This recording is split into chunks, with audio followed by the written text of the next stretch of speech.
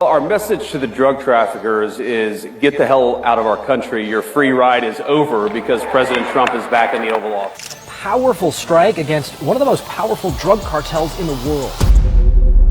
5,000 arrests, more than $200 million in seized assets, 4 tons of fentanyl, enough to kill millions. This was Operation Surge, and it changed the game. At first light, armored convoys rolled out across 21 cities at once. Helicopters tore through the black sky. Federal agents swept into industrial parks. Doors were battered down. Flashbangs detonated. But what stunned the nation was not the quantity of drugs seized. It was the faces in handcuffs, not just traffickers, also chiefs of police, border agents, and even federal agents. Those charged with protecting the country were, according to investigators, helping to poison it.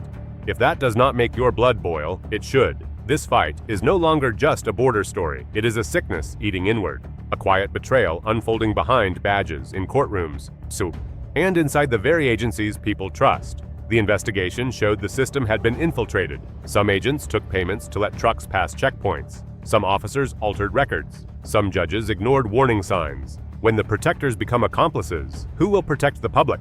According to prosecutors, only 2 milligrams of fentanyl can stop a heart. 4 tons equals billions of lethal doses. That amount could wipe out entire states in a matter of hours. And that is only the surface, a small slice of the drug flow flooding this country. If you want to stand with justice and see safer communities, subscribe now so you do not miss the next investigations and analyses.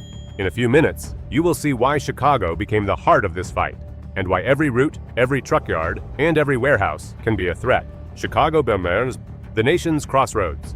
Everything passes through here: rail lines, interstates, air freight, inland ports. Once a manufacturing hub, it has become a distribution center for an industrial-scale drug empire.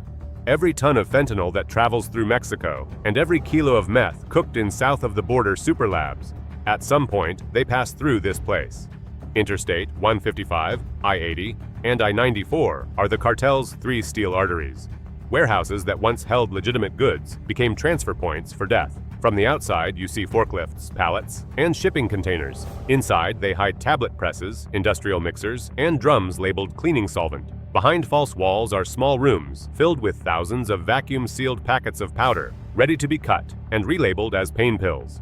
According to investigative records, Chicago was called the country's venom pump.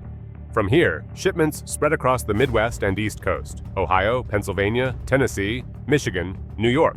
Routes ran both ways: goods out, money back. Criminals called it backhaul laundering. Drugs moved one way, cash flowed the other. At the border, the money was compressed, packaged, and loaded into trucks for the next cycle. The volume was staggering: thousands of kilos each week. Millions of counterfeit oxycodone pills stamped M30. Each press could produce 10,000 pills an hour. A death-making assembly line inside the United States. Many still imagine touching fentanyl will kill you instantly. That fear is distorted. What kills is indifference. When we let shipments, cash flows, and compromised officials keep this machine running, we all pay the price.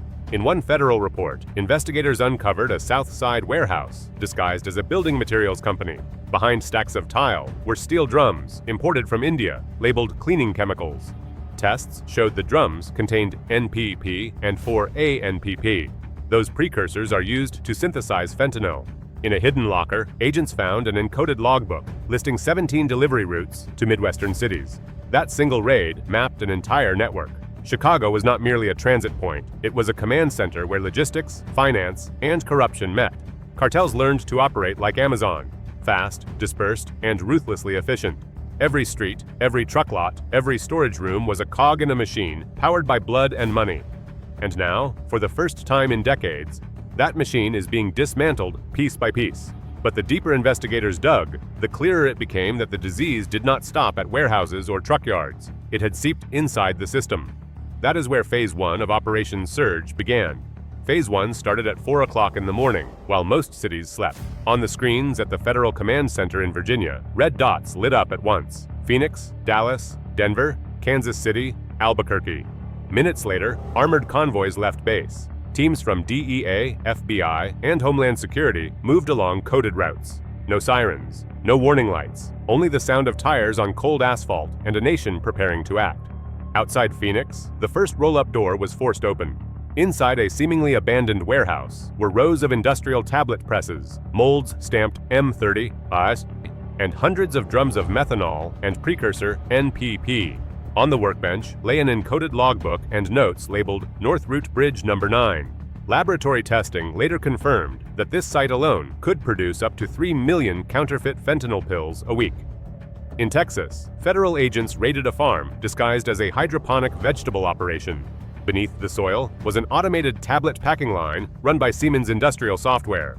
The engineers arrested on site had worked in legitimate pharmaceutical manufacturing. In Kansas, the state police found a cash vault. More than $14 million stacked in emptied oil drums, ready to be sent back to the border. In Denver, investigators seized an electronic data cache containing thousands of PDFs, driver lists, license plates, and GPS routes. The data matched the 17 transport routes first found in Chicago. A national logistics chain emerged. It was no longer conjecture, it was a full design. After 7 days, more than 2,500 suspects tied to Sinaloa were arrested. According to federal reports, $85 million in cash, gold, and securities were seized. 30 tablet presses were taken, hundreds of international money transfer records, and thousands of pill molds were recovered. One federal officer wrote in a report, "There is no doubt this is not a trafficking ring, it is an industrial death pipeline." But the fight had only reached the midpoint. 3 weeks later, Phase 2 began. The target was CJNG, the group nicknamed the Ghost of Jalisco. That cartel is notorious for brutality and boldness. They have even shot down Mexican military helicopters. If Sinaloa was the financial brain, CJNG was the iron fist. They move fast. They act violently. They will open the road with gunfire. At the port of Long Beach, California, giant cranes suddenly stopped. Task forces boarded 3 Panama-flagged cargo ships. Paperwork listed industrial cleaning solution. Behind false steel bulkheads were thousands of kilos of synthetic precursors imported from China. Those are the ingredients for fentanyl.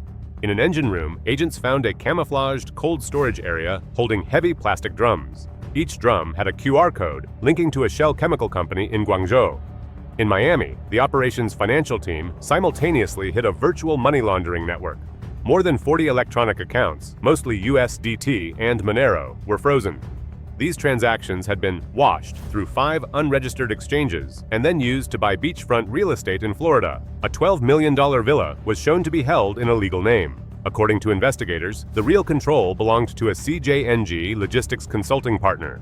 On Interstate Y-10 outside Houston, a convoy of trucks was stopped. Among crates of produce, officers found hundreds of AR-15 rifles, Barrett 50 caliber sniper rifles, and suppressors.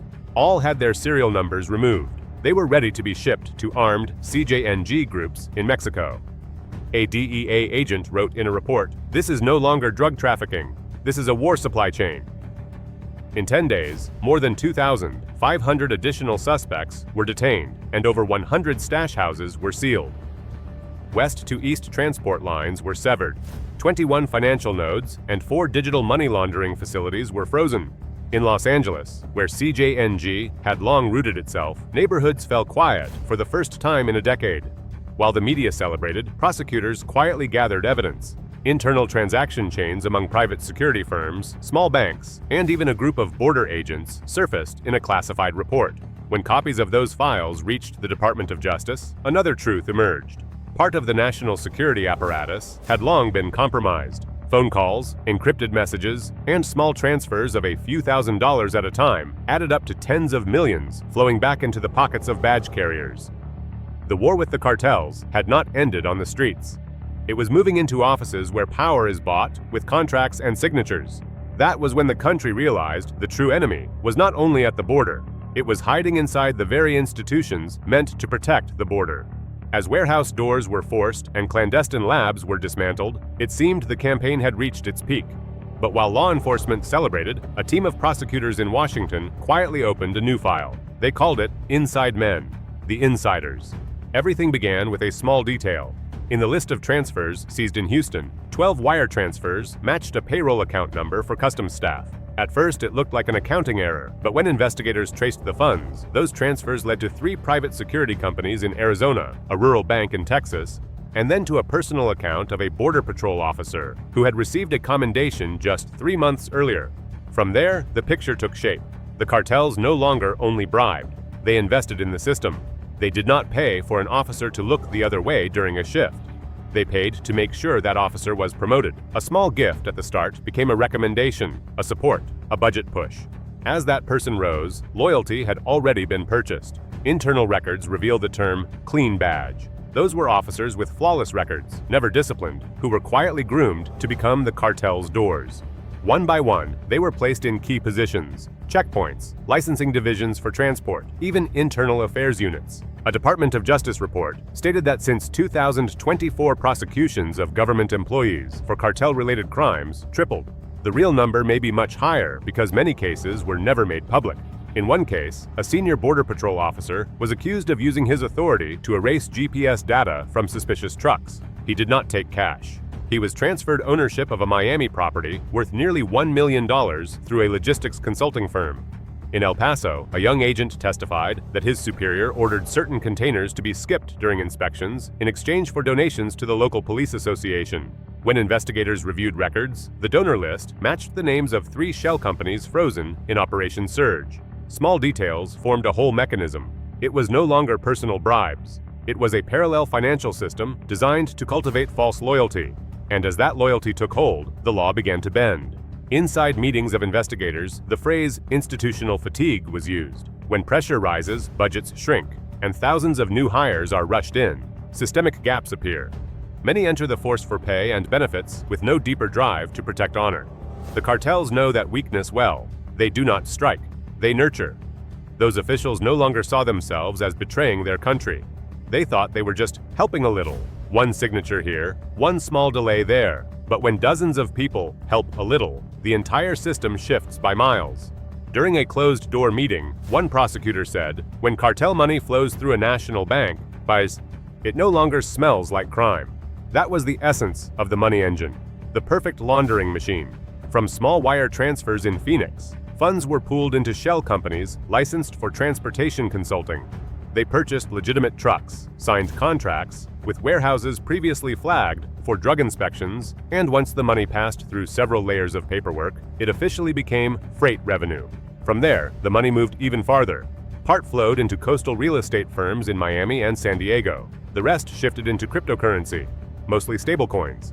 On the blockchain, it jumped between laundromat wallets, using mixers to erase any trace. When the funds resurfaced, they appeared as private investment capital, ready to buy restaurants, docks, and even legitimate logistics companies.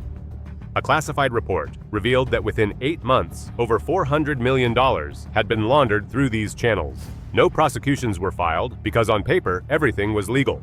The only connection, paiement mineur. Every final owner was tied to entities previously mentioned in the Surge files. When financial analysts reconstructed the money flow, they found something alarming.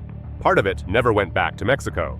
It stayed in the United States, reinvested into local political funds, construction projects, and even charitable organizations. In doing so, the cartels crossed the line from criminal enterprises into participants in the legitimate economy. In a confidential interview, one financial agent said, "When a trafficker buys a house, we can seize it. But when he invests in a housing fund for the poor, we can't touch it." Those reports sent shockwaves through Washington, partly because the amount was enormous, but more so because it proved what no one wanted to admit. The war on drugs was no longer a fight between police and criminals. It had become a battle between the system and the exhaustion within that system. By the end of 2025, during the first public hearings, the Department of Justice was forced to admit that more than 20 internal cases were under investigation, all tied to abuse of power and illegal financial flows. Some of those cases involved officials who had participated in Operation Surge itself. That was the moment America realized no one is completely clean. And while the country still hunted the cartels abroad, their machinery, rooted deep within society, kept running hour by hour. This war was no longer about containment. It was about detoxing the system itself. Because when justice is bought, every victory on the battlefield becomes meaningless. As the piles of financial evidence grew, the White House was forced to act. The first question was no longer who was bought, but how do we keep the entire system from being swallowed? In high-level meetings, security advisors recognized that the cartels were no longer street gangs. They were transnational organizations with structure, financing, and strategy, more akin to terrorist groups. On November 12, 2025, a draft directive titled Executive Directive 401T was presented to the President. Its purpose was clear: to classify Sinaloa and CJNG as foreign terrorist organizations, FTO. If signed, it would authorize the military to coordinate directly with the DEA and Homeland Security, using the Pentagon's intelligence assets to track and neutralize cartel leaders, both inside and outside U.S. territory. The decision triggered intense debate. Many lawmakers warned that applying anti-terrorism measures to narcotics enforcement would set a dangerous precedent. But across the Midwest, where families were losing children to fentanyl every day, citizens said only one thing: if they kill our kids with chemicals, this isn't crime anymore, it's war. 1 week later, the directive was signed. That afternoon, the Department of Defense held an emergency meeting. A new plan, titled Surge Continuum, was launched. For the first time in history, military intelligence units began sharing satellite data with the DEA. Special operations officers trained federal task forces in cross-border pursuit tactics. On the main screen at the Pentagon, one line appeared in bold: treat as insurgents, engage accordingly. From that moment, the war on drugs entered a new phase, a counterterrorism campaign. The cartels were no longer seen as economic criminals, but as national security threats. Behind the scenes, specialized fusion cells were created, where military intelligence, financial analysts, and cyber investigators worked side by side. They called it the Whole-of-Government Task Force, a concept without precedent. The advantages were clear: arrests became more precise, and cash flows were disrupted at the source. But the cost was heavy. When counterterrorism powers reached into civilian zones, legal boundaries blurred. Hundreds of related suspects were detained based solely on financial data before any physical evidence was found. A federal attorney commented, "Yo, we're winning in the numbers, but losing the public's trust." And for agents on the front lines, the fatigue never eased. Even as the cartels were declared enemies of the state, more than 150 Americans still lost their lives to fentanyl every single day. Pills smaller than a grain of rice continued to appear across the nation, at gas stations, in schools, everywhere. Federal health reports confirmed that in 2025, fentanyl deaths outnumbered U.S. combat casualties from 2 decades of war in Afghanistan. In Ohio, morgues had to install temporary cold storage units. In Pennsylvania, schools placed Narcan boxes beside fire extinguishers. In the quiet halls of devastated communities, people formed volunteer groups. They taught students how to recognize fake pills and trained parents to use auto-injectors in emergencies. Many who once distrusted the government now stood alongside federal agents at memorials. Because all political differences fade when you see an 8-year-old slumped in a car seat, foam at the mouth. But one painful truth remained: the harder the crackdown, the faster the cartels adapted. They split their supply chains, decentralized production, altered precursor formulas, and used personal parcels for shipping. When one link was cut, 10 more appeared. During a congressional hearing, one analyst said, "We've turned the war on drugs into a whack-a-mole game. Every time we hit one head, 10 more pop up." The government knew that, yet they also knew that stopping meant collapse. So Surge Continuum shifted focus. From enforcement to prevention and recovery. New funds flowed to hospitals, rehabilitation centers, and job recovery programs. An early warning system for chemical precursors was established, directly connected to major import ports. These investments were not symbolic gestures, they were an admission that brute force alone cannot solve a crisis already running in the nation's bloodstream. Inside the halls of Congress, the same questions kept echoing. If the cartels were now labeled as terrorist organizations, when would America declare victory? What would victory even look like? Could a nation ever truly defeat its own addiction? Amid all the numbers and new policies, one thing remained unchanged. In every city, there were still people who rose each morning to keep fighting, not because of orders, but because they believed this country was still worth protecting. And maybe that is the final line of defense. When the final reports were submitted, many believed the storm had passed. But in truth, the cartels had never disappeared. They had simply changed form. After the main leaders were captured, what was left fragmented into dozens of smaller groups. No central command, no logos, no fixed identity. They operated like a hive without a queen, driven by algorithms, encryption, and profit. Investigators called them the Red Team, a new generation of cartels born from the pressure of the crackdown. They no longer needed leaders. They used artificial intelligence to plan the safest routes, paid couriers through anonymous crypto wallets, and communicated on encrypted platforms that erased messages in seconds. At the Arizona border, police seized a small drone carrying 5 kilograms of precursor chemicals. There was no pilot, no fingerprints, only a navigation chip bought from an online electronics market. It was proof that this war was no longer against people, but against technology. At the same time, in Washington, economic experts discovered something more alarming. A portion of cartel profits was flowing back into the United States through legal channels, venture capital funds, logistics companies, even medical supply chains. The dirty money had merged so deeply with the clean economy that it could no longer be separated. Federal agencies gave this phenomenon a name: ghost capital. It had no scent of cash, no paper trail. Just only traces on the balance sheets of companies everyone believed were legitimate. A Treasury official said during a hearing, "We may win on the battlefield, but if ghost capital takes over the marketplace, we have already lost the future." To respond, the United States launched a new initiative called Project Sentinel. This was no longer an operation to arrest people, but to track the movement of money. Supercomputers in New York began analyzing billions of transactions every day, detecting unusual patterns and blocking suspicious investments tied to ghost capital. But these efforts were like casting a net into the ocean, catching some while most slipped through. In small towns, the crisis continued. Fentanyl still entered through mail packages, hidden in vitamin bottles, sleeping pills, and birthday envelopes. Each package was a chemical time bomb. The cartels knew that when America grew weary of war, they only had to wait. And that was their true strategy. Not to win, but to exhaust the opponent. In one internal memo, an agent wrote, "We are not losing because we ran out of ammunition. We are losing because we forgot why we started fighting." On the final day of the investigation, when the Surge Continuum report was officially sealed, the Attorney General walked out of the meeting room and told reporters one sentence: "We won a battle, but the war goes on."